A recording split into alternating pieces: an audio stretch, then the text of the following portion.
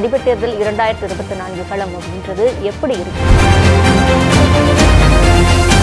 வெறும் பாப்புலாரிட்டி பேசிஸ்லையோ இல்லை economic இஷ்யூஸை base பண்ணி மட்டுமே இந்த வாக்குகள் இருக்காது அப்படின்னு நான் நினைக்கிறேன். இது சிங்கள மெஜாரிட்டேரியனிசம் அப்படிங்கிறது இன்னும் நீர்த்து போகல, அது இன்னும் அப்படியே உயிர்ப்போட தான் இருக்கிறது. சஜித் வெர்சஸ் அனுரான இந்த எலெக்ஷன் அமையும். அனுரா தான் இன்னைக்கு என்னை பொறுத்த வரைக்கும் ஃப்ரண்ட் ரன்னராக தெரிகிறார். அனுரா ஒருவேளை ஜெயிக்கும் பட்சத்தில் அது இந்தியாவுக்கு சாதகமா அமையுமா பாதகமா? வடகிழக்கை பொறுத்த வரைக்கும் அரியநேந்திரன், அடுத்தது சஜித் அப்படின்னா அவங்களுடைய ப்ரிஃபரன்ஸ். நியூஸ் 18 தமிழ்நாடு நேயர்களுக்கு வணக்கம். இலங்கை அதிபர் தேர்தல் 2024 இதுவரைக்கும் இல்லாத அளவுக்கு இந்த தேர்தல் கவனம் பெற்றிருக்கு அப்படின்னு சொல்லலாம். இதற்கு பல்வேறு காரணங்கள் இருக்கு. மிக முக்கியமான காரணம் 2022ஆம் ஆண்டு ஏற்பட்ட மிகப்பெரிய பொருளாதார சரிவு. அதுல இருந்து இன்னும் இலங்கை மீண்டு விட்டது அப்படின்னு நம்ம சொல்ல முடியாது. ஆனா சூழல் தற்போது பெட்டரா இருக்கு அப்படின்ற ஒரு கருத்தை தற்போது இருக்கக்கூடிய அதிபர் ரணில் விக்ரமசிங்க குறிப்பிடுறாரு. அவரும் இப்போ வேட்பாளர் களத்துல இருக்கிறாரு. ஆனா சுயேட்சை வேட்பாளரா இருக்காரு. அவரை தவிர முக்கிய வேட்பாளர்கள் அப்படின்னு பார்க்கும்போது சஜித் பிரேமதாச, அனுரகுமார திசநாயக்க, மகிந்த ராஜபக்ச உடைய மகன் நாமல் ராஜபக்ச உள்ளிட்டவர்கள் களத்துல இருக்காங்க. வெற்றி வாய்ப்பு எப்படி அமைய போகிறது, இந்த தேர்தலில் எந்தெந்த நாடுகளும் ஆர்வம் காட்டுகின்றன உள்ளிட்ட பல்வேறு விஷயங்களை பேசுறதுக்காக நம்முடைய மூத்த பத்திரிகையாளர் திருமதி லட்சுமி இருக்காங்க. அவங்க கிட்ட பேசலாம். வணக்கம். வணக்கம். இப்போ இலங்கை அதிபர் தேர்தல் 2024 களம் அப்படின்றது எப்படி இருக்கு? இது ரொம்ப ஒரு குரூஷியலான எலெக்ஷன் ஸ்ரீலங்காவுக்கு. அதாவது நீங்கள் சொன்னது போல் அந்த 2022 அப்ரைசிங்க்கு பிறகு, பீப்புள் அப்ரைசிங்க்கு பிறகு நடக்கக்கூடிய முதல் தேர்தல். அதுலேயும் இன்னும் இலங்கை அந்த பொருளாதார சிக்கல்லிருந்து அல்லது பொருளாதார வீழ்ச்சியிலிருந்து இன்னும் மீண்டு வரவே இல்லை. வெளிப்பார்வைக்கு உங்களுக்கு நீங்கள் கொழும்புல எந்த பகுதியில் போனீங்கனாலும் பெரும்பாலான பகுதி, அதாவது கொழும்பு அவுட்டர் கூட நீங்கள் போக வேண்டாம், சிட்டிக்குள்ளே எந்த பகுதியில் நீங்கள் போனீங்கனாலும் ஒரு யூரோப்பியன் சிட்டியில் இருக்க மாதிரியான ஒரு ஃபீல் இருக்கும். ஈவினிங் பார்ட்டிஸ் எல்லாம் இருக்கும், ஃபாரின் டூரிஸ்ட் இருப்பாங்க, பீச் ரிசார்ட்ஸ்லாம் நல்லா எல்லாமே கம்ப்ளீட்டாக ஃபுல்லாக இருக்கும். அப்போ நீங்கள் அதை பார்க்கும்போது நாடு சுபிட்சமாக இருக்குது அப்படின்ற ஒரு எண்ணம் வரும். ஆனால் அதை தாண்டி, அதாவது கொழும்பு விட்டு வெளியில் இப்போ எந்த பகுதிக்கு நீங்கள் போனீங்கன்னு அப்படின்னாலுமே அந்த பொருளாதார சரிவும் அதனுடைய இம்பேக்டையும் ரொம்ப டீப்பாகவே ஃபீல் பண்ண முடியும். மக்கள் பெரிய அளவில் பாதிக்கப்பட்டு தான் இருக்காங்க, இன்னும் மீண்டு வரல. ஒரே ஒரு உதாரணம் டேட்டாவோட சொல்லணும் அப்படின்னா, இதுக்கு முன்னால் 3 மில்லியன் பீப்புள் தான் அதாவது புவர் அப்படின்றது அங்கே பிலோ பாவர்ட்டி இருந்தாங்க. இப்போ அது 7 மில்லியன் அப்படின்னு ஆயிடுச்சு. அது அங்கே இருக்கக்கூடிய ரீசர்ச் இன்ஸ்டியூட்ஸ் கொடுக்கக்கூடிய தகவல். இப்போ அங்கே இருக்கக்கூடிய மக்கள் மத்தியில் இந்த பொருளாதார வீழ்ச்சி பெரிய அளவில் ஒரு பாதிப்பை உண்டாக்கி இருக்கிறது. அதனால் இந்த அதிபர் தேர்தல் அந்த பொருளாதார வீழ்ச்சியிலிருந்து அவங்களுடைய லைஃப் ஸ்டைலையும் அவங்களுடைய பொருளாதாரத்தையும் மீட்டெடுக்கக்கூடிய ஒரு நம்பிக்கை தரக்கூடியதாக தான் அவங்க பார்க்குறாங்க. அந்த நம்பிக்கையை கொடுக்கக்கூடிய நபர் யாராக இருப்பாரோ அவருக்கு வாக்களிக்க வேண்டும் அப்படின்றது தான் அந்த மக்களுடைய எண்ணமாக இருக்குது. ஆனால் அது எல்லாத்தையும் தாண்டி நிறைய விஷயங்கள், இப்போ இந்த தேர்தல் நிறைய காரணங்களை வச்சு தான் அவங்க ஓட்டு போட போகிறாங்க. வெறும் பாப்புலாரிட்டி பேசிஸ்லையோ இல்லை எக்கனாமிக் இஷ்யூஸை பேஸ் பண்ணி மட்டுமே இந்த வாக்குகள் இருக்காது அப்படின்னு நான் நினைக்கிறேன். வேறு என்னென்ன மக்களுடைய ப்ரையாரிட்டியாக இருக்கும்? வேட்பாளர்கள் கிட்ட என்னென்னத்தை அவங்க பார்ப்பாங்க? இதில் முதல்ல நம்ம சொன்னது எக்கனாமிக் ரைஸ், அதாவது அவங்களுடைய பொருளாதார வீழ்ச்சி, அவங்களுடைய வாழ்க்கை தரம் மிக கீழே, அதாவது ரொம்ப குறைஞ்சு போச்சு. இப்போது உதாரணத்துக்கு நான் ஒரு பகுதியில் ஒரு மெடிக்கல் ஷாப்பில் அவர்கிட்ட சாதாரணமாக பேசிக்கிட்டு இருக்கும்போது எப்படி வியாபாரம் எப்படி இருக்குது, 2022க்கு பிறகு என்ன மாற்றம் வந்திருக்கிறது, இல்லை என்ன வீழ்ச்சி எப்படிங்கிறது கேட்கும்போது அவர் சொல்கிறாரு, ஒரு டாக்டர் ப்ரிஸ்கிரிப்ஷனை கொண்டு வந்தாங்க அப்படின்னா, வழக்கமாக ஒரு டாக்டர் ப்ரிஸ்கிரிப்ஷன் எடுத்துகிட்டு வந்தாங்க, 5 நாளைக்கு மருந்து எழுதியிருக்காங்கன்னா 5 நாளைக்கு மருந்து வாங்கிட்டு போவாங்க. இப்போ என்னென்னா யாரும் வைத்தியர்கிட்ட மருத்துவமனைக்கு பெரும்பாலும் போகிறது கிடையாது. என்ன சிக்கல் இருந்தாலும் ஒன்று கை வைத்தியம் பண்ணிக்கிறாங்க, இல்லைனா போகிறதே இல்லை. அப்படியே போய் ப்ரிஸ்கிரிப்ஷன் கிடைக்கிது அப்படின்னா அந்த ப்ரிஸ்கிரிப்ஷன் எடுத்துகிட்டு 5 நாளைக்கு மருந்து எழுதியிருந்தால் 3 நாளைக்கு தான் வாங்குறாங்க. சில நேரங்களில் அவருடைய மருந்து கடையில் ஆளே இல்லாத ஒரு கஸ்டமர் கூட இல்லாத ஒரு சூழல் இருக்குது. இதுதான் அவங்களுடைய நிலை இன்னைக்கு. இது ஒரே ஒரு உதாரணம் தான். இது மாதிரி நிறைய உதாரணங்களை கொடுக்க முடியும். இப்போ அந்த மக்கள் ரொம்ப முக்கியமாக பார்க்கக்கூடியது பொருளாதார வீழ்ச்சி. அடுத்தது அவங்களுடைய பெரிய இது இந்த முறை அந்த போலரைசேஷன், அதாவது மத ரீதியாகவும் ஜாதி ரீதியாகவும் இருக்கக்கூடிய அந்த போலரைசேஷன் இந்த முறை கிடையாது. அப்போ போலரைசேஷன் பேசிஸில் அவங்க இந்த முறை ஓட்டு போட போகிறதும் இல்லை. இன்னொன்று வந்து ரொம்ப முக்கியமாக அந்த மக்கள் மத்தியில் அவங்க பேசக்கூடியது என்ன அப்படின்னா, யாரால் நம்மளை வந்து மீட்டு கொண்டு வர முடியும், அதாவது பொருளாதார வீழ்ச்சியிலிருந்து மட்டுமல்ல இலங்கையை மொத்தமாக மீட்டு கொண்டு வர முடியும் அப்படிங்கிறதும் இருக்குது. இதில் வந்து செக்ஷன்ஸாக வந்து பிரிஞ்சிருக்காங்க. ஒரு செக்ஷன்ஸும் ஒருத்தருக்கு வாக்களிக்கணும் அப்படிங்கிறது அவங்க நினைக்கக்கூடியது. செக்ஷன்ஸ் வந்து அதாவது டீச்சர்ஸ் ஒரு பக்கம், ஃபார்மர்ஸ் ஒரு பக்கம், இன்னும் சொல்லப்போனால் யூனிவர்சிட்டி ஸ்டூடெண்ட்ஸ், இவங்க எல்லாருமே ஒருத்தருக்கும் ஒரு கருத்து இருக்குது. எல்லாருடைய கருத்துக்களும் பெரும்பாலும் ஒரு திசையை நோக்கி செல்லக்கூடியதாக இருக்குது. இப்போ ரணில் விக்ரமசிங்கன்னா அப்போ எலைட் பீப்புள் வந்து ரணில் விக்ரமசிங்கவை ப்ரிஃபர் பண்ணுவாங்க. நீங்கள் கொலம்போ, அதாவது அங்கே இங்கே இருக்க மாதிரி வந்து அந்த ஓட்டிங் பேட்டர்ன் வந்து இந்தியாவில் இருக்க மாதிரி அங்கே இருக்கிறது கிடையாது. கொலம்போவில் பார்த்தீங்கன்னா அது வேறு மாதிரி இருக்கும், மற்ற பகுதிகளில் வேறு மாதிரி இருக்கும். அதாவது அந்த எலீட், கொலம்போ எலீட் ப்ளஸ் அந்த கார்ப்பரேட்ஸ் ரன் பண்ணக்கூடியவங்க, அந்த மாதிரியான அவங்க வந்து ரணிலை வந்து ப்ரிஃபர் பண்ணுவாங்க. ஏன்னா அவர் வந்து ஈவன் இன்டெலெக்சுவல். இன்னும் சொல்லப்போனால் அவருக்கு இருக்கக்கூடிய அவரை வந்து எப்படி பார்க்குறாங்க அந்த எலீட் செக்ஷன் மத்தியில் பார்க்கப்படுறது எப்படின்னா, அவர் வந்து ஒரு ஸ்டெபிலிட்டி கொண்டு வந்திருக்காரு. இந்த 2 ஆண்டுகளில் இலங்கையில் ஒரு ஸ்டெபிலிட்டி, அதுவும் IMF கூட அந்த டேர்ம்ஸ் அண்ட் கண்டிஷன்ஸ் எல்லாத்தையும் புரிஞ்சுக்கிட்டு அதுக்கு தகுந்த மாதிரி கண்ட்ரியை வந்து டெட் கிரைசிஸ்லேருந்து மீட்டு கொண்டு வர முடிஞ்சுது அப்படின்றது தான் அவருக்கு இருக்கக்கூடிய ஒரு அட்வான்டேஜ். அந்த அடிப்படையில் அவருக்கு வாக்களிக்கணும் அப்படிங்கிறது தான் அவர் கேட்குறதும். அதனால தான் அவர் இண்டிபெண்ட்டாக கண்டெஸ்ட் பண்ணுறாரு. பட் அவருக்கு வந்து பார்ட்டி இல்லை அப்படின்னாலும் நாமல் ராஜபக்சாவோட, அதாவது ராஜபக்சாவுடைய கட்சியிலிருந்து ஸ்ரீலங்கா பொதுஜன பெரமுனா அந்த கட்சியில் இருக்கக்கூடிய பெருவாரியான எம்பிஸ் வந்து அவர் கூட இருக்காங்க. பட் ஆனால் அந்த எம்பிஸ் எல்லாருக்குமே வாக்குகள் இருக்கா அப்படின்னா அது வந்து கேள்விக்குள்ளானது தான். ஸோ அவருக்கு பெரிய அளவில் வாக்குகள் கிடைக்குமா அப்படின்றது ஒரு கொஸ்டின். ரெண்டாவது வந்து சஜித் பிரேமதாசா அப்போசிஷன் லீடர். அவருக்கு வந்து நிறைய அட்வான்டேஜஸ் இருக்குது. ஒன்று வந்து ஏற்கனவே அப்போசிஷன் லீடர், அவங்க வந்து ரொம்ப ஒரு கிரிட்டிக்கல் அப்போசிஷனாக இருந்திருக்காங்க. அவங்களால நிறைய விஷயங்களை மக்கள் மத்தியில் கொண்டு செல்ல முடிஞ்சிருக்கிறது. அதுவும் ஒரு அப்போசிஷன் வந்து எவ்வளோ க்ரூஷியல் ஒரு டெமோக்ரஸிலன்னு உங்களுக்கு தெரியும். அந்த அப்போசிஷன் எப்படி டிரைவ் பண்ணுறாங்க, அரசாங்கத்தை எப்படி வந்து நீங்கள் இதை தான் செய்யணும் அப்படின்னு புஷ் பண்ணுறாங்க, அந்த விஷயங்களில் அவருடைய சமாகி ஜன பலவேக பெரிய அளவில் கான்ட்ரிபியூட் பண்ணியிருக்காங்க. அது வந்து அவருக்கு ஒரு அட்வான்டேஜாக இருக்குது. இன்னொன்று வந்து அவர் ரணசிங்க பிரேமதாசாவினுடைய மகன். அவரோட அதாவது ரணசிங்க பிரேமதாசா வந்து ஏற்கனவே அவர் பிரசிடெண்ட்டாக இருந்தபோது அப்போ வந்து இதே மாதிரியான IMF பெயில் அவுட் பேக்கேஜ் வந்து இலங்கை அந்த டெட் கிரைசிஸ்லேருந்து மீண்டு வர்றதுக்காக அப்போவும் IMF கூட ஒரு அக்ரிமெண்ட் அவங்களுக்கு இருந்தது. அந்த அக்ரிமெண்ட்டில் வந்த லோன்ஸில் அப்போ என்ன செய்தாங்க அப்படின்னா, அப்போ தான் அந்த கார்மெண்ட் ஃபேக்ட்ரிஸ் எல்லாம் செட்டப் பண்ணுறாங்க இலங்கையில். அந்த கார்மெண்ட் ஃபேக்ட்ரி செட்டப் பண்ணதில் அவங்களுக்கு வந்து ஒரு பெரிய எக்கனாமிக் புஷ், அதாவது ஒரு வளர்ச்சி கிடைக்குது. அதை வந்து இந்த முறை இவர் வந்தாலும் அந்த கார்மெண்ட் ஃபேக்ட்ரிஸ் மட்டும் இல்லாமல் அது மாதிரியான வளர்ச்சி பாதையில் கொண்டு செல்லக்கூடிய சில விஷயங்களை அவர் செய்வார் அப்படின்ற ஒரு எண்ணம் ஒரு மக்கள் மத்தியில் இருக்குது.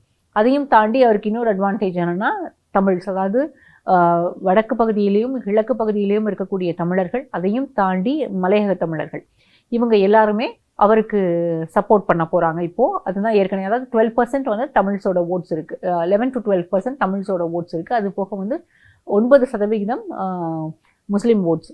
இது எல்லாமே சஜித்துக்கு வந்து வரும் அப்படின்ற ஒரு எண்ணம் அவங்களுடைய கட்சிக்கு இருக்குது. இன்னொரு, அதாவது என்னை பொறுத்த வரைக்கும் அங்கே இருக்கக்கூடிய ஃப்ரண்ட் ரன்னர் யார் அப்படின்னா அனுரகுமார திசாநாயக்கா. அனுராவை பொறுத்த வரைக்கும் அவர் வந்து ஒரு யங் லீடராக பார்க்கப்படுறாரு. அவரோட ஸ்டைல், அவரோட அதாவது பேசுறது, மக்கள் மத்தியில் அந்த ஒரு க்ரௌடில் அவருடைய ஒரு பிஹேவியர், அவரால் இறங்கி எல்லா இடங்கள்லையும் பேச முடியுது அப்படின்றது எல்லாமே இப்போ இருக்க யங்கர் ஜென்ரேஷன் மத்தியில், இலங்கையில் இருக்கக்கூடிய யங்கர் ஜென்ரேஷன் மத்தியில் அது வந்து ஒரு அட்வான்டேஜாக இருக்குது. அவர் வந்து ஒரு எவ்வளோ பெரிய க்ரௌடாக இருந்தாலும் அவரால் அந்த க்ரௌடை வந்து 1 hour இல்லை 2 hours அதுக்கு மேலே கூட அவரால் வந்து கேப்டிவேட் பண்ணி வைக்க முடியுது. அது வந்து அவருக்கு ஒரு பெரிய அட்வான்டேஜ். அதையும் தாண்டி வந்து யூனிவர்சிட்டி ஸ்டூடெண்ட்ஸாக இருக்கட்டும், இன்னும் சொல்லப்போனால் இந்த அப்ரைசிங்கில், அதாவது 2022 நடந்த அந்த அரகாலயா ஸ்ட்ரகிள் போது அதில் இருந்த பெருவாரியான ஆட்கள் இன்றைக்கி அவர் பின்னால் இருக்காங்க. அந்த அப்ரைசிங்கில், ப்ரொட்டஸ்டில் அன்னைக்கு கோஷங்கள் எழுப்பியவர்கள், அதை வழிநடத்தி சென்றவர்கள் நிறைய பேர் வந்து இன்றைக்கி வந்து பெரும்பாலும் JVPயை சேர்ந்தவர், அதாவது அவருடைய ஜனதா விமுக்தி பெரமுனா கட்சியை சேர்ந்தவர்கள், அல்லது அந்த NPP அவங்களோட அலையன்ஸ், நேஷனல் பீப்புள்ஸ் பவர், அந்த அலையன்ஸை சேர்ந்தவங்களாக இருக்காங்க. இதில் ஒரு சிலர் மட்டும், அந்த அரகாலையால் இருந்த ஒரு சிலர் மட்டும் சஜித் கூட நிற்கிறாங்க இன்றைக்கி.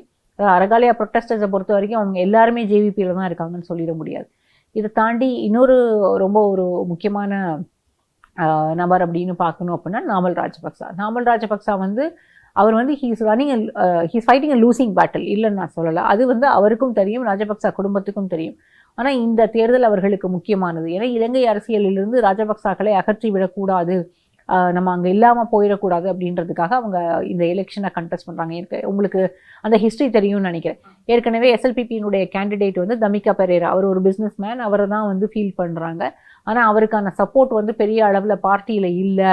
அவர் கண்டெஸ்ட் பண்ணால் 3ஆவதாக கூட முடிக்க முடியாது அப்படின்னு தெரிஞ்ச பிறகு தான் நாமலை வந்து கண்டெஸ்ட் பண்ண வைக்கிறாங்க. இன்னொரு பெரிய சிக்கல் அவங்களுக்கு என்னென்னா கட்சி வந்து உடைஞ்சு போயிடும். ஆமாம், கட்சி உடைஞ்சு போயிடாமல் இருக்கணும். வேற ஒருவர் ராஜபக்சா இல்லாமல், குடும்பத்தில் உள்ளவர் இல்லாமல் வேற ஒருவர் வந்து இருந்தால் கட்சியை வந்து கையில் வச்சுக்க முடியாது அப்படின்றதுக்காக தான் நாமல் ராஜபக்சாவை கண்டெஸ்ட் பண்ண சொல்கிறாங்க.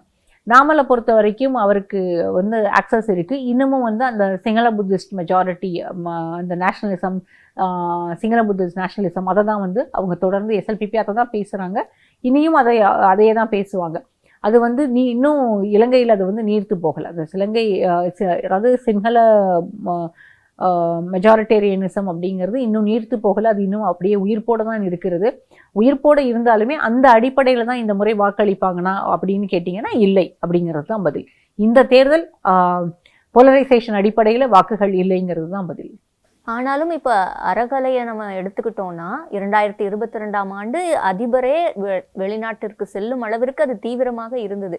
ஆனாலும் கூட இப்போ ராஜபக்ச குடும்பத்தினர் கேம்பெயினில் போயிட்டு நிறைய விஷயங்கள் பேசுகிறாங்க, எல்லாம் பண்ணுறாங்க. இப்போ அந்த உணர்வு, அப்போ வந்து அதிபர் வெளியேறணும், இந்த குடும்பம் தான், ராஜபக்ச குடும்பம் தான் இதற்கு காரணம்னு சுப்ரீம் கோர்ட்டே சொல்கிற அளவுக்கு இருந்த நிலை இப்போ நீர்த்து போயிடுச்சு அப்படின்னு நம்ம இதை பார்க்க முடியுமா? அதுதான் அரசியல். அவங்கள பொறுத்த வரைக்கும் அந்த நீங்கள் வந்து இலங்கையில் இந்த 2 ஆண்டுகள், அதாவது 2022 கோட்டாபயா வந்து வெளியேறியதற்கு பிறகு, மஹிந்த ராஜபக்ச பிரதமர் பதவியிலிருந்து வெளியேறியதற்கு பிறகு, பெசில் ராஜபக்சா வந்து அவரும் குவிட் பண்ணதுக்கு பிறகும் கூட இன்னைக்கு வரைக்கும், அதாவது இந்த அதிபர் தேர்தல் நடக்கக்கூடிய இந்த நாள் வரைக்கும் கூட எஸ்எல்பிபியினுடைய கவர்மெண்ட் தான் இருக்குது. ரணில் விக்ரமசிங்கக்கு கட்சி கிடையாது. அவர் யூஎன்பியிலிருந்து ஒரே ஒரு எம்பி தான்.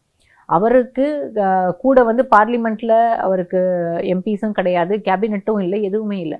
ஆனால் எல்லாமே எஸ்எல்பிபியினுடைய சப்போர்ட்டில் நடந்திருக்கு. அதாவது ராஜபக்சாவினுடைய கட்சி மட்டும்தான் பார்லிமெண்ட்டில் இருந்தது. அதனுடைய சப்போர்ட்டில் தான் ரணில் வந்து ரன் பண்ணியிருக்கார். ரணிலை பொறுத்த வரைக்கும் அவர் இலங்கையும் காப்பாற்றினார், ராஜபக்ச குடும்பத்தையும் காப்பாற்றினார். அதனால் இன்னைக்கு வந்து அது எல்லாமே வந்து மக்கள் மறந்து போகலை. ஆனாலும் அதுக்கான ஸ்பேஸ் அங்கே இருந்துக்கிட்டே இருக்குது. அதை தான் நான் வந்து அரசியல்னு சொல்கிறேன். அப்போ ரணில் விக்ரமசிங்க ராஜபக்ச குடும்பத்தினரோட ஒரு நண்பர் அப்படின்ற அபிப்பிராயம் நிச்சயமாக மக்களுக்கு இருக்கும். அது இந்த தேர்தலில் அவருக்கு பின்னடைவை ஏற்படுத்தாதா? ரணிலுக்கு அது பின்னடைவை ஏற்படுத்தாதா இல்லையாங்கிறத விட அங்கே எல்லாருமே வந்து அது வந்து ரொம்ப அந்த அரசியல் தலைவர்கள் எல்லாரையும் நீங்கள் பார்த்தீங்கன்னா பெரும்பாலும் சிங்களா ஆட்கள் தான் இருப்பாங்க. அதையும் தாண்டி அவங்க எல்லாருமே ஒருத்தருக்கு ஒருத்தர் இன்னும் ரிலேட்டடாக இருப்பாங்க, இல்லை வந்து ஒரு நட்போடு தான் இருக்கக்கூடியவர்களாக இருப்பாங்க. இனியும் அடுத்தது வந்து ஒரு புதிய அதிபர் வந்தாலுமே இந்த ராஜபக்சா குடும்பத்திற்கான ஸ்பேஸ் வந்து அப்படியே தான் இருக்கும் அப்படின்னு நான் நினைக்கிறேன். ஒருவேளை சஜித் வந்தால் அவங்கள எந்த விதத்துலையும் பெரிய அளவில் டிஸ்டர்ப் பண்ண மாட்டாங்க. அப்புறம் வந்து இந்த கேசஸ் எல்லாம் தொடரும். பட் பெரிய டிஸ்டர்பன்ஸ் இருக்காது. பட் அனுரா ஒருவேளை வெற்றி பெற்றால் ராஜபக்சாக்களுக்கு அதாவது கேஸ் வந்து ரொம்ப தீவிரமாகும், அவங்களுக்கு அரெஸ்ட் பண்ணலாம், அது மாதிரியான ஏதாவது இருக்கும்ன்ற ஒரு எண்ணம் மக்கள் மத்தியிலும் இருக்குது. அது ராஜபக்ச குடும்பத்தினருக்கும் தெரியும். அவங்க வந்து எப்படி அதை ஹேண்டில் பண்ணுன்றது அவங்களுக்கும் தெரியும். எலெக்ட் ஆகி வரப்போகிற பிரசிடென்ட் யாராக இருந்தாலும் அவங்களுக்கும் தெரியும்.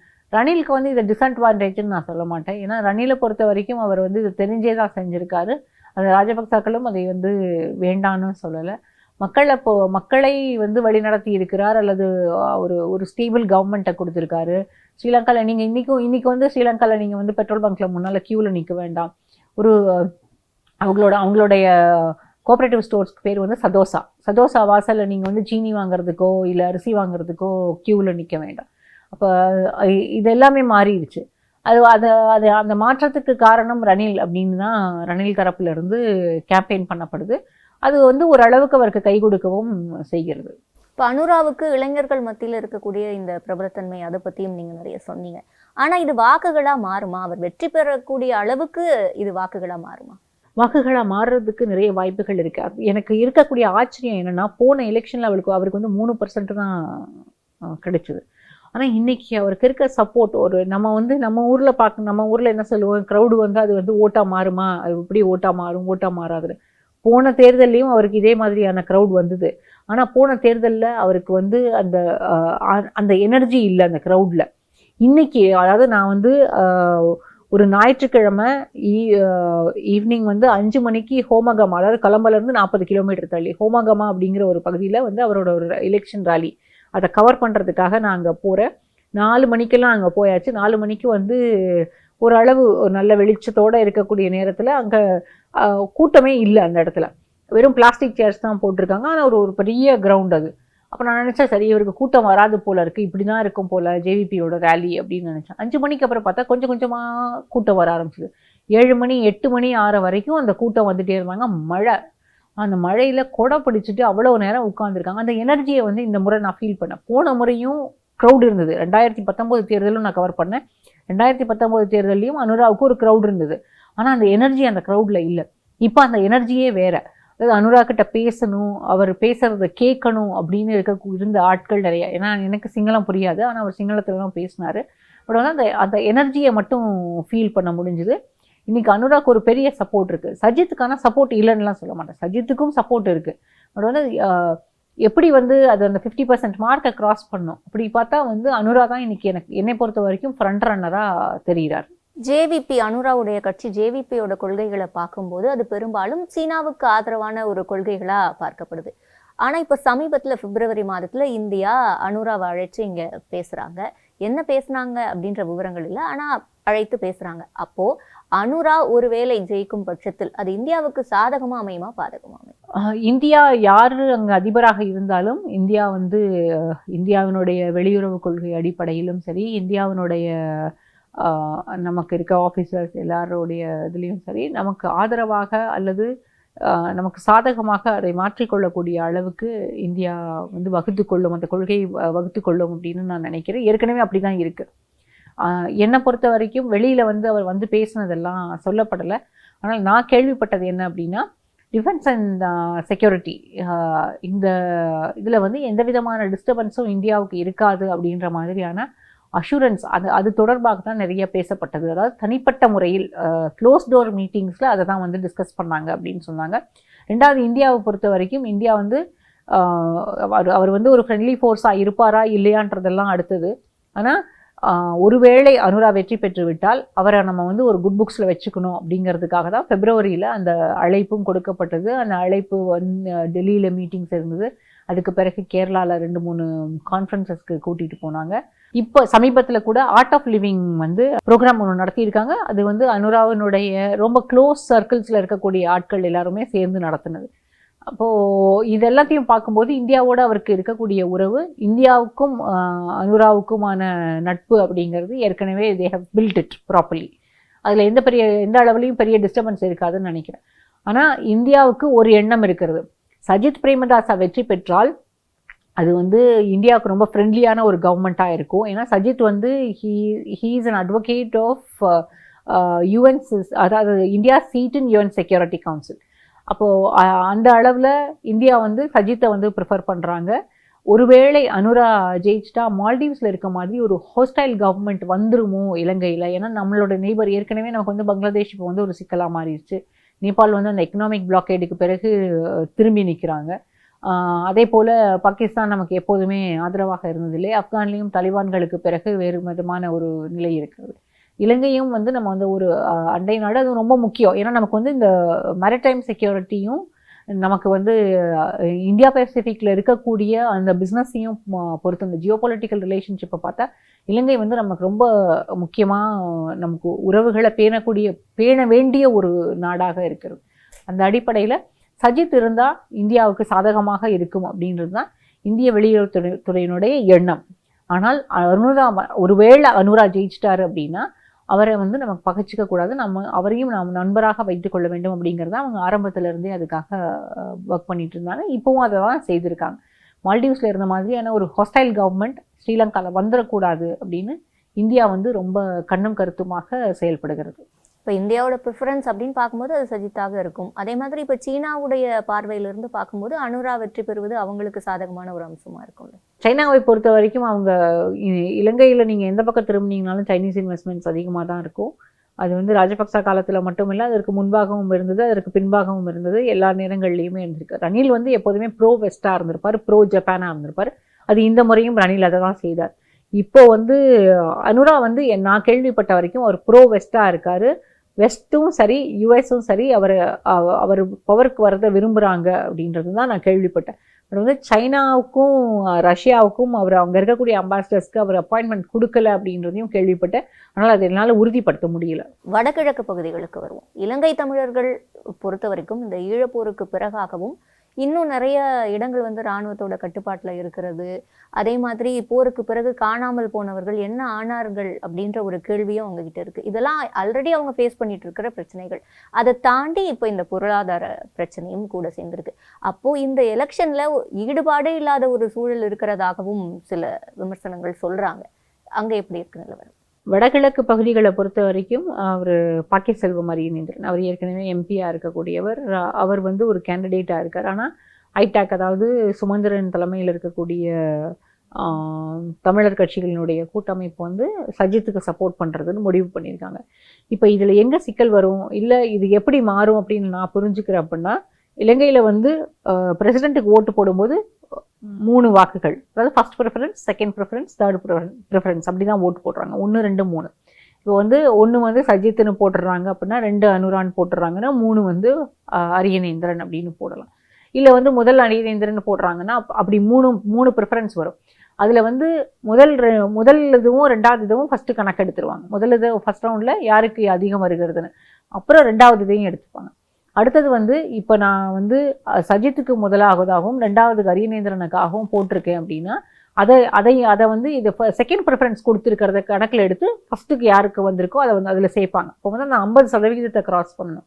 இப்போ வடகிழக்கை பொறுத்த வரைக்கும் அரியநேந்திரனுக்கு வாக்களித்தாலும், ஒருவேளை அவர் தான் காமன் கேண்டிடேட் அப்படின்றதுனால அவருக்கு வாக்களித்தாலும் 2வது வாக்கு வந்து சஜித்துக்கு இருக்கும். ஏன்னா பெரும்பாலும் தமிழர்கள் பகுதியில் இருக்கக்கூடியது என்னென்னா, அனுரா வந்தாலோ இல்லை வேறு யாரும் இருந்தாலோ அந்த சிங்கள பௌத்தம் தான் திரும்பவும் பேசுவாங்க. அது வந்து தேவையில்லை. மைனாரிட்டிஸ்க்கான அந்த, அதாவது 2 விஷயம். ஒன்று வந்து 13th அமெண்ட்மெண்ட் கொண்டு வரணும், இன்னொன்று வந்து எக்ஸிக்யூட்டிவ் பிரசிடென்சியை அபாலிஷ் பண்ணுறோம். இது 2ம் வந்து சஜித்தும் சரி அனுரா தரப்பிலும் சரி கொடுக்கப்பட்ட ரொம்ப முக்கியமான ப்ராமிஸ். அதாவது 13th அமெண்ட்மெண்ட்டை வந்து சஜித் மட்டும்தான் பேசுகிறாரு, அனுரா பேசலை. எக்ஸிக்யூட்டிவ் பிரசிடென்சியை அபாலிஷ் பண்ணுறதை வந்து 2 பேருமே பேசுகிறாங்க. அப்போ 13th அமெண்ட்மெண்ட்டு, அதாவது ப்ரொவின்ஷியல் கவுன்சில்ஸ்க்கு அதிகார பகிர்வு கொடுக்கறது, தமிழர்களுக்கான அதிகார பகிர்வு அப்படிங்கிறதையும் இவர் பேசுகிறாரு. அதனால சஜித்துக்கு அந்த வாய்ப்பு இருக்குது. இப்போ சஜித்துக்கு இலங்கையில் இருக்கக்கூடிய தமிழர்கள், அதாவது வடகிழக்கு பகுதியில் இருக்கக்கூடிய தமிழர்கள் வாக்களிக்கும் போது அது வந்து அவருக்கு ஃபேவரபுளாக இருக்கும். அதனால அவருக்கு வெற்றி வாய்ப்பு இருக்குது அப்படின்னு தான் நம்பப்படுது. ஸோ வடகிழக்கை பொறுத்த வரைக்கும் அரியநேந்திரன், அடுத்தது சஜித் அப்படின்னு தான் அவங்களுடைய ப்ரிஃபரன்ஸ். கடந்த காலங்கள்லையும் பார்க்கும்போது இப்போ ரணில் கூட பல்வேறு வாக்குறுதிகளை தமிழர்களுக்கு கொடுத்துருக்கிறாரு. ஆனால் அதிகாரத்தில் இருக்கும்போது அதை செயல்படுத்தலை அப்படின்ற ஒரு குற்றச்சாட்டு இருக்கு. இந்த முறை வேட்பாளர்கள் அளிக்கக்கூடிய வாக்குறுதிகள் அது வந்து செயல்படுத்தப்படுமா? என்னை பொறுத்த வரைக்கும் அது இலங்கை வந்து அந்த பொருளாதார சிக்கல்லிருந்து மீண்டு வர்றதுக்கே இன்னும் பல ஆண்டுகள் ஆகும். இன்னைக்கு இருக்கக்கூடிய சூழல், அவங்களுக்கு வந்து ஃபாரின் டூரிஸ்ட் திரும்ப வந்திருக்கலாம், அவங்களுடைய ஃபாரின் ரிசர்வ்ஸ் வந்து ஒரு 6 பில்லியன்லேருந்து 20 பில்லியனாக அது உயர்ந்திருக்கிறது, $20 பில்லியன் உயர்ந்திருக்கிறதுன்னு தான் சொல்லப்படுது. அது எல்லாமே உயர்ந்திருக்கலாம். ஆனாலும் அவங்களோட இன்ஃப்ளேஷனை வந்து அவங்களால கட்டுப்படுத்த முடியல. இப்போ யார் வெற்றி பெற்றாலுமே முதல் கட்டமாக அவங்களுக்கு வந்து எக்கனாமிக் க்ரைசிஸை சால்வ் பண்ண வேண்டியது, 2வது IMFோடு இருக்கக்கூடிய அந்த அக்ரிமெண்ட்டை ரீஸ்ட்ரக்சர் பண்ணணும். டெட் ரீஸ்ட்ரக்சரும் ரொம்ப முக்கியம்.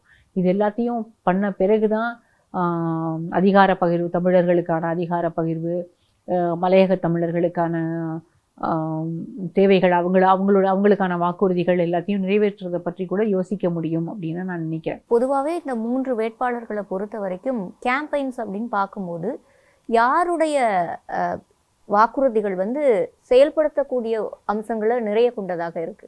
அனுராவனுடைய அதாவது செயல்படுத்தக்கூடிய அம்சங்கள் அப்படிங்கிறத விட அனுராவனுடைய கேம்பெயின் வந்து மக்கள் மத்தியில் ரொம்ப வேகமாக ரொம்ப நல்லா ரீச் ஆகுது. சஜித்தினுடைய கேம்பெயினும் நல்லா இருக்கு. சஜித் வந்து பெரும்பாலும் வந்து முன்ன வந்து என்ன சொல்லப்பட்டதுன்னா, இவங்க எல்லாருமே கொலம்போ எலீட்டு, இவங்களுக்கு எல்லாருக்கும், அதாவது சஜித் ஆகட்டும் இல்லை ரணில் ஆகட்டும், இவங்க எல்லாருமே கொலம்போ எலீட், இவங்களுக்கு வந்து அங்கே மட்டும்தான் சப்போர்ட் அதிகமாக இருக்கும். ஆனால் இந்த முறை அப்படி இல்லை. நீங்கள் இங்கேருந்து கொலம்போலேருந்து வெளியில் போனால் கம்பா இல்லை மாத்தரா இல்லை வந்து குருணைகளா அந்த பகுதிகளில் எல்லாம் கூட அவங்களுக்கு வந்து நிறைய சப்போர்ட் இருக்குது. இன்னும் சொல்லப்போனால் அனுராவை பொறுத்த வரைக்கும் குருணைகளா பகுதிகளில் எல்லாம் அது வந்து ரொம்ப ஒரு குருணைகளா வந்து என்ன சொல்கிறது, இரண்டாவது, அதாவது இலங்கை கொலம்பில் இருக்க மக்களை விட மக்களுக்கு அங்கே நீங்கள் வந்து அவங்கள கம்பேரே பண்ண முடியாது, அந்த மாதிரி இருப்பாங்க. அவங்க எல்லாரும் பெரும்பாலும் அனுராவுக்கு சப்போர்ட் பண்ணக்கூடியவர்களாக இருக்காங்க. இது ஒரு மாவட்டத்துலேயும் அந்த ஒவ்வொரு விதமாக அது எல்லாமே மாறுது. ஆனாலும் சஜித்துக்கு நிறைய இடங்களில் சப்போர்ட் இருக்குது, அனுராவுக்கும் அந்த சப்போர்ட் இருக்குது. என்னை பொறுத்த வரைக்கும் இது வந்து ஒரு டஃப் ஃபைட்டாக தான் இருக்கும் ரெண்டு பேருக்குமே, சஜித்துக்கும் அனுராவுக்குமான டஃப் ஃபைட்டாக தான் இருக்கும். பட் வந்து ஃப்ரண்ட் ரன்னர் அனுரா தான் நான் முடிவு பண்ணுறேன்.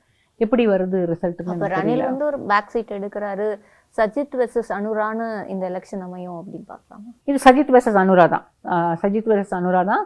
மூன்றாவது இடத்துல ரணில் விக்ரமசிங்கே வராரா, இல்லை அந்த மூன்றாவது இடத்தை ராஜபக்சனுடைய மகன் நாமல் வந்து கைப்பற்றாரா அப்படிங்கிறது தான் கொஸ்டின். அவங்கள நாமலை பொறுத்த வரைக்கும் அந்த மூன்றாவது இடம் வந்துட்டா கூட போதும். நான்காவதாக ரணிலுக்கு பிறகு அவங்களுடைய தயவில் தான் ரணில் வந்து பிரசிடென்ட் ஆகுறாரு. அந்த இடத்த வந்து ரணிலுக்கு கொடுத்துடக்கூடாது. மூன்றாவது இடமாவது நாமல் வரணும் அப்படிங்கிறதுக்காக தான் இந்த முறை அவங்க நாமலை வந்து ஃபீல் பண்ணுறாங்களே. ஏன்னா இன்னொன்று வந்து நாமலை பொறுத்த வரைக்கும் இன்னும் 2029 வரைக்கும் அவருக்கான அந்த அரசியல் இருக்குது. அடுத்த எலெக்ஷனுக்கு தயார் பண்ணணும். இப்போ வந்து வெற்றி தோல்வி அப்படிங்கிறது அவங்களுக்கு பெரிய பிரச்சனை கிடையாது. இந்த 5 வருஷம் ரெலவெண்ட்டாக இருக்கணும் இலங்கை அரசியலில். அதற்கு பிறகு 2029 தேர்தலில் மீண்டும் கண்டெஸ்ட் பண்ண முடியும் அப்படின்னு நினைக்கிறாங்க. ஏன்னா யார் இந்த தேர்தலில் வெற்றி பெற்று வந்தாலும், சஜித்தாக இருக்கட்டும் அல்லது அனுராகாவாக இருக்கட்டும் அல்லது ரணில் விக்ரமசிங்கவால் இப்போ இருக்கக்கூடிய சூழலில் இதே மாதிரியான ஒரு அரசாங்கத்தை அவரால் நடத்த முடியும். ஆனால் சஜித் வந்தாலும் சரி, அனுரா வந்தாலும் சரி, அவர்களுக்கு மிகப்பெரிய சிக்கல் இருக்கிறது. என்னென்னா இதுக்கப்புறம் வந்து அவங்க பார்லிமெண்ட்டை ரன் பண்ணும். அந்த 50 days, அதாவது அடுத்தது பார்லிமெண்ட் எலெக்ஷன் வர வரைக்கும் அடுத்த 50 நாட்கள் வந்து பார்லிமெண்ட்டை ரன் பண்ணும், ஒரு கேபினெட்டை வந்து அமைக்கணும். அந்த அனுராவுக்கு வந்து பார்லிமெண்ட்டில் நம்பர்ஸ் கிடையாது, சஜித்க்கு பார்லிமெண்ட்டில் நம்பர்ஸ் இருக்குது. அப்போ அந்த சஜித்க்கு பார்லிமெண்ட்டில் நம்பர்ஸ் இருக்கிறதுனால ஒருவேளை வெற்றி பெற்றுட்டா அடுத்து பாராளுமன்ற தேர்தல் வரைக்கும் இந்த பார்லிமெண்ட்டை வந்து அவரால் ரன் பண்ண முடியும். ஏன்னா அவருக்கு நம்பர்ஸ் இருக்குது. அனுராவை பொறுத்த வரைக்கும் they will again depend on Ranil. அப்படி தான் வந்து ரணில் தரப்பில் சொல்லப்படுது. ஆனால் அனுரா தரப்பில் என்ன சொல்கிறாங்க அப்படின்னா, நாங்கள் இமீடியட்டாக வந்து பார்லிமெண்ட்டை டிசால்வ் பண்ணிடுவோம், அதுக்கு வந்து கான்ஸ்டியூஷனில் இடம் இருக்குது, இமீடியட்டாக டிசால்வ் பண்ணிவிட்டு அடுத்தது உடனடியாக நாங்கள் வந்து பாராளுமன்ற தேர்தலுக்கு நேரடியாக போயிடுவோம் அப்படின்னு சொல்லப்படுது. யார் வந்தாலுமே பெரிய அளவில் ஒரு பெரிய மாற்றத்தை கொடுத்து விட முடியாதுன்னு தான் நான் நினைக்கிறேன். ஏன்னா அவங்களுக்கு டெட் ரீஸ்ட்ரக்சர் தான் இப்போ ரொம்ப பெரிய ரொம்ப அவங்களுக்கு முன்னால் நிற்கக்கூடிய ரொம்ப அவசியமான ஒன்று. இப்போ சஜித்தை பொறுத்த வரைக்கும் மஹிந்த ராஜபக்சவுக்கு சிங்கள மக்கள் கிட்ட ஒரு பெரிய பிம்பம் இருக்கு. அதே மாதிரி தான் சஜித்துக்கும் மஹிந்தாவுக்கும் நிறைய ஒற்றுமைகள் இருக்கு. ஒரே வேறுபாடு என்னன்னா கொள்கை ரீதியாக இப்போ வந்து இன வேறுபாடை சஜித் வந்து காமிக்க மாட்டாரு அப்படின்ற ஒரு விமர்சனத்தை வைக்கிறாங்க. மற்றபடி எல்லா விஷயத்துலையுமே மஹிந்த ராஜபக்சவும் சஜித்தும் ஒன்று தான் அப்படின்னு சொல்றாங்க. அதுதான் நிதர்சனமா? அப்படி பார்த்தா எல்லாருமே ஒன்று தான். அனுராவும் அதே தான், சஜித்தும் அதே தான், இவர் மஹிந்தாவுக்கு வந்து என்னென்னா இந்த ரூரல் மாஸ்டர்ஸ் மத்தியில் ஒரு பெரிய சப்போர்ட் இருந்தது. அவர் ஒரு கரிஸ்மா இருந்தது, அந்த கரிஸ்மாட்டிக் லீடர் அப்படின்றது. அந்த ரூரல் மாஸ்டர்ஸ் எல்லாம் என்னை பொறுத்த வரைக்கும் இந்த முறை the stand behind Anura, not behind Sajith. Sajith வந்து he's another version of Mahinda, இல்லைன்னு நான் சொல்லலை. ஆனால் அந்த ரூரல் மாஸ்டர்ஸோட ஓட்டெல்லாம் இந்த முறை வந்து யாருக்கு மாறும் அப்படின்னா அது வந்து அனுராவுக்கு மாறுறதுக்கான வாய்ப்புகள் இருக்கிறது. சஜித்தை பொறுத்த வரைக்கும் அவருக்கு அந்த எலீட் ஓட்டும் இருக்குது, தமிழ்ஸ் ஓட்டும் இருக்குது. சிங்களீஸ் வந்து ஒரு மெஜாரிட்டி ஆஃப் சிங்களீஸும் அவருக்கு வாக்களிப்பாங்க. அதனால் அது எப்படி பிரியும் இந்த முறை அப்படின்றது எனக்கு தெரியல. இதற்கு முன்பு நடந்த தேர்தல்கள் இது போல அமைந்ததில்லை. இதுதான் முதல் முறை இலங்கையோட தேர்தல் இவ்வளவு கவனம் பெறுது அப்படின்னு நம்ம எடுத்துக்கலாம். இதற்கு அப்புறம் வரக்கூடிய தேர்தல்களும் இவ்வாறு அமையாது அப்படின்னு நம்ம சொல்ல முடியுமா? ஆமாம், இந்த அடுத்த 5 ஆண்டுகள் எப்படி இருக்குன்றதை பார்க்கணும். மக்களுக்கு ஒரு பயம் இருக்குது, ஒருவேளை அனுரா வெற்றி பெற்றுட்டா ஏன்னா நீங்கள் இந்த அரகாலையா நேரத்தில் வந்து நிறைய எம்பிக்களினுடைய வீடுகள் நிறைய இடங்களில் வந்து தீ வைக்கப்பட்டது. அப்போ அது யார் செஞ்சாங்க? அரகாலையா முடிஞ்சு போச்சு, மக்கள் வீட்டுக்கு போயிட்டாங்க, கால்ஃபேஸ் வந்து திரும்பவும் பீஸ்ஃபுல்லாக இருக்குது, திரும்பவும் இலங்கையில் அமைதி திரும்பி இருக்கிறது, பெட்ரோல் பங்க்கில் வந்து கியூஸ் கிடையாது, சதோசா முன்னால் வந்து நீளமான மக்கள் கூட்டம் இல்லை, இது எல்லாத்தையும் ஒத்துக்கலாம். ஆனால் அன்றைக்கி வந்து இத்தனை இடங்களுக்கு வந்து தீ வைக்கப்பட்டது, இது யார் பண்ணாங்க அப்படின்றது வந்து ஒரு பெரிய குவெஸ்டின் மார்க்கு. இன்னொன்று வந்து அந்த 1980s நடந்த அந்த ஜேவிபி இன்சரக்ஷனை வந்து யாருமே மறக்கலை. ஏன்னா அந்த ஸ்டூடெண்ட் பாலிட்டிக்ஸில் இருந்து தான் மேலே வரார் அனுரா. அதை வந்து மக்கள் மத்தியில் அந்த ஒரு பயம் இருக்கிறது. ஒருவேளை அவர் திரும்ப வந்துட்டால் மீண்டும் வந்து அந்த எக்ஸ்ட்ரீமிசம் அந்த பாதையில் வந்து இலங்கை போயிடுமோ அப்படின்ற ஒரு பயம் இருக்குது. ஆனால் வந்து இன்றைக்கி இருக்கக்கூடிய முதல் தலைமுறை வாக்காளர்களோ இல்லை வந்து இளம் வாக்காளர்களோ அதை பற்றி யோசிக்கிறது இல்லை. ஏன்னா அவங்களுக்கு வந்து 1980s இருந்த அந்த இன்சரக்ஷனோ அப்போ இருந்த பாதிப்புகளோ அவங்களுக்கு வந்து தெரியாது, அதை அவங்க யோசிக்கலை. அதனால இந்த முறை அனுராவுக்கு ஒரு வேளை வாய்ப்பு கிடைச்சிருச்சு அப்படின்னாலுமே அவங்களுக்கு வந்து பெரிய பொலிட்டிக்கல் பேக்கப், அவங்களுக்கு இன்டலெக்சுவல்ஸ் இருக்காங்க, ஃபினான்ஷியலாக அதாவது வந்து எக்கனாமிக்கலாக அவங்களை கைட் பண்ணக்கூடிய ஆட்கள் இருக்காங்க அவங்க கட்சியில், அந்த கூட்டணியில் இருக்காங்க. அப்படின்னாலுமே சஜித் கூட இருக்கக்கூடிய டீம் வந்து வேறு, இவர் கூட இருக்கக்கூடிய டீமால் அதை வந்து வழிநடத்த முடியுமா அப்படின்ற ஒரு கேள்வியும் இருக்கிறது. இன்னொன்று வந்து மீண்டும் சிங்கள பௌத்தம் பேச ஆரம்பிச்சிருவோமா, சீனா பக்கம் வந்து இலங்கை ஒரே வழியாக சீனாவுக்கு ஆதரவான ஒரு கொள்கையை எடுத்துருமா இலங்கை அப்படின்ற எல்லா கேள்வியும் இருக்கிறது. ஒருவேளை அனுராவுக்கு வாக்களிக்கணும்னா இதன் அடிப்படையில் வாக்களிக்கலாமா அப்படின்னு எல்லா கேள்விகளுமே இருந்தாலும் அதற்கு விடை கிடைக்குதோ இல்லையோ, மக்களை பொறுத்த வரைக்கும் சஜித், ரணில், நாமல் இவங்க எல்லாருமே வந்து ஒரே இதிலேருந்து தான் வந்தவங்க. ஏன்னா ஏற்கனவே எஸ்எல்எஃபியாக இருந்தது தான், எஸ்எல்எஃபியும் யூஎன்பியும் தான் எதிரெதிரான கட்சிகள். அதாவது சந்திரிகா குமாரதுங்கனுடைய எஸ்எல்எஃபி ஸ்ரீலங்கா ஃப்ரீடம் பார்ட்டியும் ரணில் விக்ரமசிங்க தலைமையிலிருந்த யூஎன்பியும் தான் எதிரெதிராக இருந்த கட்சிகள். இந்த இரண்டு கட்சிகள் எதிரெதிராக இருந்தது. இதிலிருந்து உடைஞ்சு வந்தது, யூஎன்பியிலிருந்து உடைஞ்சு வந்தது தான் சஜித்தினுடைய எஸ்ஜேபி. அதே மாதிரி எஸ்எல்எஃபியிலிருந்து உடைஞ்சு வந்தது தான் எஸ்எல்பிபி. ஆனால் என்ன பண்ணுறாங்க, ராஜபக்சாஸ் வந்து பவருக்கு வரக்கூடாதுன்னு தான் யூஎன்பியும் எஸ்எல்எஃபியும் ஒன்றா சேர்ந்து மைத்ரிபால சிறிசேனாவை ஒரு கட்டத்தில் வந்து அதிபராக ஆக்குகிறார்கள். அதற்கு பிறகு வந்து இப்போ இவங்க எதிரெதிராக இருக்கக்கூடிய கட்சிகள், எஸ்எல்பிபியும் யூஎன்பியும் எதிரெதிராக இருக்கக்கூடிய கட்சிகள். ஆனால் யூஎன்பினுடைய லீடர் ரணில் வந்து எஸ்எல்பிபியினுடைய சப்போர்ட்டோட பவரில் இருக்கார். இது எப்படின்னா தமிழ்நாட்டில் இருக்கக்கூடிய திமுகவும் அதிமுகவும் ஒன்றா சேர்ந்து ஆட்சி அமைக்கிறது போல். அது மாதிரி இருக்கிறதுனால எல்லா பகுதிகளிலையுமே அந்த வாக்காளர்கள் வந்து, அதாவது யூஎன்பிக்குன்னு இருக்கக்கூடிய அந்த ட்ரெடிஷ்னல் ஓட்ஸோ இல்லை எஸ்எல்பிபிக்குன்னு இருக்கக்கூடிய அந்த ட்ரெடிஷ்னல் ஓட்ஸ் எல்லாமே கம்ப்ளீட்டாக டிஸ்டர்ப் ஆகிருக்கு. இது எல்லாமே மாறிடும் இந்த முறை. அதனால நேரடியாக இதை வந்து கணக்கிட முடியாவிட்டாலும் இந்த தேர்தலில் என்னை பொறுத்த வரைக்கும் ஃப்ரண்ட் ரன்னர் அனுரா தான். இலங்கை மக்கள் மட்டுமல்லாம உலகத்துல இருக்கக்கூடிய பிற நாடுகளும் இலங்கையோட இந்த அதிபர் தேர்தலை உற்று நோக்கி வருகின்றன. இது தொடர்பா நிறைய விளக்கங்கள் கொடுத்தீங்க, மிக்க நன்றி. தேங்க்யூ. மீண்டும் மற்றொரு நிகழ்ச்சியில சந்திக்கலாம். வணக்கம்.